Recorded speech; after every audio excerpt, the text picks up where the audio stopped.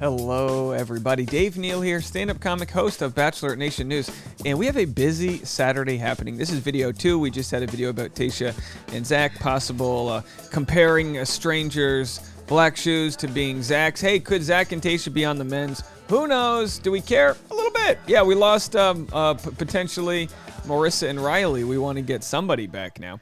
Do me a favor, follow me on Instagram at DNeals. This video is Clare pulling a Katie. What does that mean? Well, Katie had released John Hersey into the wild early on in her season, and now is with him actually in Mexico right now, celebrating Katie's birthday. Happy birthday, Katie.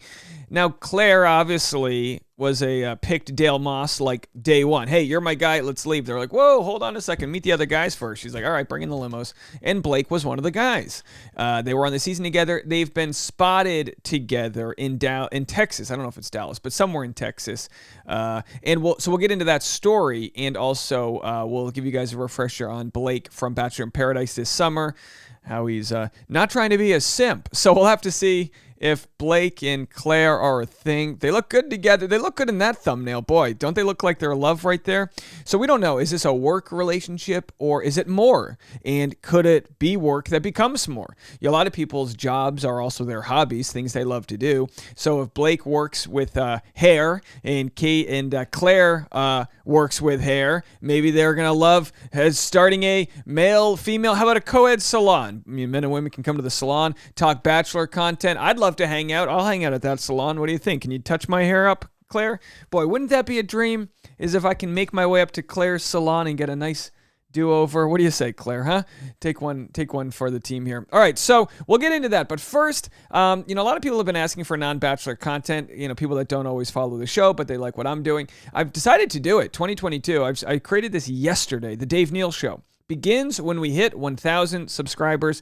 I can't believe it. We're at 596. Let's refresh. I just refreshed that. Can you believe this? 599. Oh my gosh, we're at 599 subscribers. We might hit this by like Monday or Tuesday. I thought I'd have a few weeks to figure it out. I don't even have a set put up, but it'll be non-Bachelor related, pop culture, entertainment, inspirational, or just plain funny or interesting stuff. Whatever I'm going to curate for you guys, I think you'll enjoy. But Dave Neal Show, there'll be a link below. This is from a previous video. Sorry about that. So before I get into the Clare Blake story, this was a fake Clare that had sent me a message. I want to read it for you. Fake Clare wrote, "Hello. I must say that I have enormous respect for you considering the manner in which I have made contact with you. I am very glad you are a fan of mine." And I said, "A fan of whose?" And she goes, "Mine." I go, "Who are you though?" She goes, "Clare Crowley," no spaces. And I go, "Thought this was a fan account." And she said, "I opened it days ago to chat with few of my fan. My management don't know about it." I said, "I already reported your account to Clare, so it'll probably be shut down soon. FYI." And I don't have a friendship with Clare Crowley, but we've had a DM or two back and forth. So it's always nice to alert someone when there's a fake account because it starts friendly, and then all of a sudden, you're giving your Bitcoin money away to somebody. So, she said, "I use this account to check on my most active and check on them from time to time. The world needs healing, so why not share love and let it lead? Dave, I love what you did. It's me you are chatting with. My comedian, fire." And I said, "I'm going to go with no. But either way, what's my favorite type of food?" Only Clare would know this. I love this question because Clare wouldn't know my favorite type of food. She'd have chicken cacciatore, Thai, she would have no idea. But this person said Cincinnati chili, which is actually very interesting because my fiance's from Northern Kentucky where they have Skyline chili, which is Cincinnati style chili. So whoever this stalker random fake Clare is knew enough that my fiance loves Cincinnati chili, which is very, very sketchy. And I go, "Nailed it." And then the person said, "Remind me, Dave, chat you later, got something to attend to." And then later on I get a message, "Hey Dave," and I go, "Yo, fake Clare." And then the account got deleted. So that's all we had there. Just a fun little reenactment for you guys. All right, so here's Clare's story. Here's Clare yesterday. She posted, which, if you're a basic lady or non-basic, you have to post whenever you're getting a croissant like this. So here's Clare posting her chocolate croissant. I call it a pain au chocolat. And then here's her posting the little heart thing. Who would post something so basic? Well, my fiance. She would do the exact same thing. This is literally yesterday at Cafe Gratitude, my fiance. And also, not to mention, my fiance, Tasha Courtney, also posted what appears to be, boy, you'd think that Tasha and Clare may or may not be on the same wavelength with the powdered sugar right there. Boy, You know what I mean? So anyway, you can go follow my lady if you want, at Tasha Courtney. She's got some pretty fashionable and stylish tips for you out there. By the way, I took this photo. Did I not do a bang-up job with this photo on the way to brunch?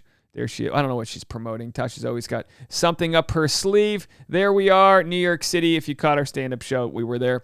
Tasha ate the street food and got sick. Okay, so let's move it on. So back to Clare.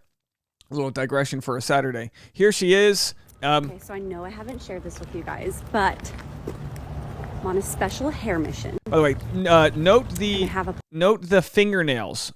They might be important here. Whenever we can find something important, we have light pink fingernails.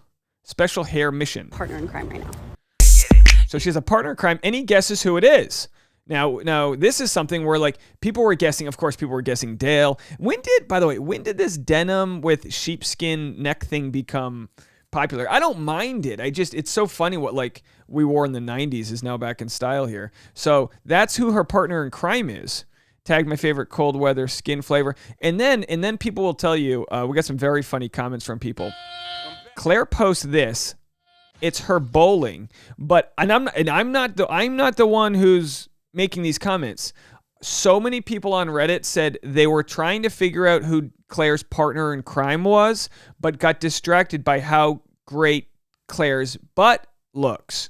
That's a compliment I think anybody would take when they've been working out doing squats and then they're feeling good in life. Okay, so there she is. Not to throw one down the gutter. Oh. A little to the left there. By the way, can we see who she's with? Can we scan this barcode? What does this even mean over here? Is that a barcode? Get the QR code. She's at a little private or a small bowling alley place. Okay, so that's all we know from Clare, right? So then Bachelor Rabbit Hole does all of the Lord's work and pieces Clare's mystery man to Blake. Same jacket. Let's take a look. Clare Crowley calls Blake Monar, her partner in crime, as they embark on a hair mission. So we already played this. Now here it is. Any guesses who this is? Guy on the left. Blake wears the same jacket featured in Clare's story on the right. Blake was eliminated at the second rose ceremony of Clare's Bachelorette season. And then here, Blake is the founder of a grooming company that sells hair products. Hey, Blake, come on. Hook your brother up with some hair products. I'll give you some free promo. Statum Style, good alliteration there, is an all-natural premium grooming company dedicated to providing timeless looks and promoting individuality and security in your own skin. I don't know. Sounds like a good partnership to me, Blake and Clare. From Screen Rant, Clare made her debut on season 18 of The Bachelor, and then it says about him, she returned to her home in Sacramento and went on to work as a hairstylist at the De Facto salon. Her specialty is haircuts and coloring. For her work at the salon, Clare used to work Clare still works as a hairstylist. What I love about that is if you love cutting hair, and I think most hairstylists do, you've got 1 million followers like Clare, you've probably set for life on money if you can make your investments right. You know, you make enough money. I'm not saying she's set for life, but like, you know, if you can work a job that you love and you've got like a good chunk of money like she has from her influencer gigs that she does, sounds like a pretty good life to me. Let's keep on going here. So here is a mystery woman. Blake posted this the same day as Clare's hair mission story.